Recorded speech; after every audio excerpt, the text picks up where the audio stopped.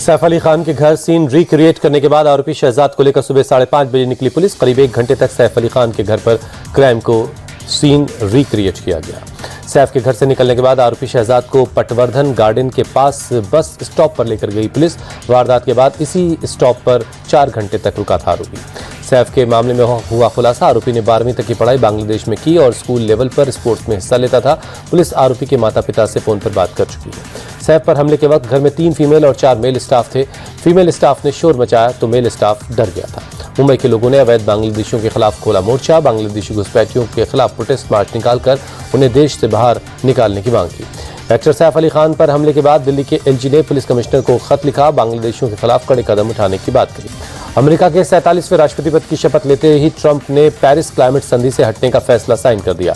Oval दफ्तर पहुंचने से पहले ट्रंप ने सार्वजनिक तौर पर 10 फैसलों पर दस्तखत किए।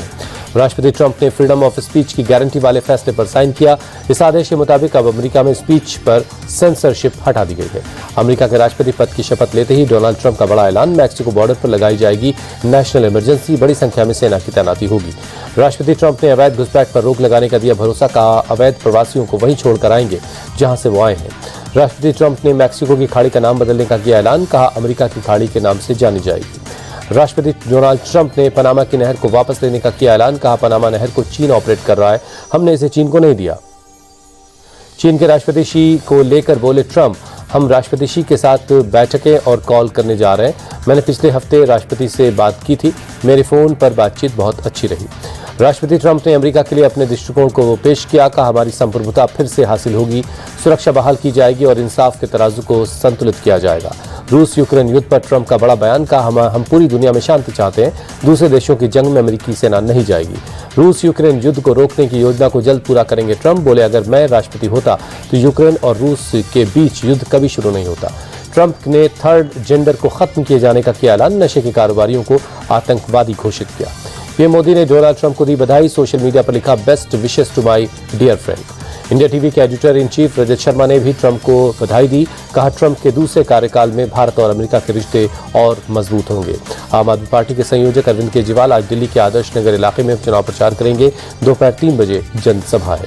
आप प्रवक्ता ऋतुराज झा के बयान पर बीजेपी सांसद बासु स्वराज का हमला। कहा केंद्रीय मंत्री हरदीप सिंह पुरी को रोहिंग्या और घुसपैठिया बताना निंदनीय और शर्मनाक। केंद्रीय मंत्री रवनीत सिंह बिट्टू का हमला। कहा ऋतुराज झा ने सिख और पंजाबियों की बेइज्जती की है। बीजेपी नेता मनजिंदर सिंह सिरसा ने कहा ऋतुराज झा का बयान सिखों के बलिदान और गुरुओं का अपमान है। आरजीकर केस में सियालदा कोर्ट के फैसले के खिलाफ हाईकोर्ट में अपील करेगी ममता सरकार। फैसले से संतुष्ट नहीं है ममता बनर्जी। महाराष्ट्र के बदलापुर एनकाउंटर केस में बॉम्बे हाईकोर्ट का बड़ा फैसला। 5 पुलिस अधिकारियों के खिलाफ चलेगा केस। मजिस्ट्रेट जांच में आरोपियों की मौत के लिए 5 पुलिसकर्मी जिम्मेदार ठहराए गए। आरोपी अक्षय शिंदे की हिरासत में मौत हुई थी। दिल्ली में गणतंत्र दिवस की तैयारी आखिरी दौर में है। सुबह सुबह कर्तव्य पथ पर जवानों ने रिहर्सल परेड की। राजधानी दिल्ली में सुबह सुबह कई जगहों पर छाया घना कोहरा। तापमान में गिरावट से ठंड बढ़ी। न्यूनतम तापमान 11 डिग्री सेल्सियस दर्ज हुआ। अयोध्या शहर में सुबह सुबह छाया घना कोहरा। न्यूनतम तापमान 10 डिग्री रिकॉर्ड हुआ।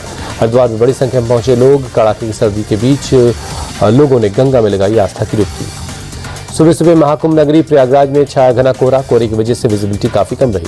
प्रयाग महाकुंभ के में लाखों लोग पहुंच रहे हैं। सुबह 9 बजे तक करीब 16 लाख लोगों ने संगम में डुबकी लगाई। 8 करोड़ से ज्यादा लोग अब तक डुबकी लगा चुके हैं। प्रयाग के संगम घाट पर लाखों की संख्या में पहुंच रहे श्रद्धालु भक्तों का लगातार ड्रोन तस्वीरों में दिखा अद्भुत नजारा। महाकुंभ में अखाड़ों से मिल रही सुविधाओं से श्रद्धालु काफी खुश है। 13 अखाड़ों में से जूना अखाड़ा सबसे बड़ा है। महाकुंभ में जूना अखाड़ा के सबसे ज्यादा साधु संत है। निर्वाणी अनी अखाड़े के साधु संतों को देखने के लिए उमड़ रही लोगों की भीड़। शस्त्र विद्या का हैरत अंगेज प्रदर्शन करते हैं। महाकुंभ में इंडिया टीवी से बोली फायर ब्रांड साध्वी रितंबरा। सनातन की दिव्यता और सूक्ष्म रूप है महाकुंभ। महाकुंभ विविधता में एकता का प्रतीक। साध्वी रितंबरा ने राहुल गांधी और अखिलेश प्रसाद निशाना। कहा सनातनियों की संख्या अखिलेश गिन नहीं पाएंगे। राहुल गांधी देश विरोधी बयान देते हैं। महाकुंभ में आकर्षण का केंद्र बने हैं किन्नर अखाड़े के साधु। इनका आशीर्वाद लेने के लिए लोगों की भीड़ उमड़ रही है।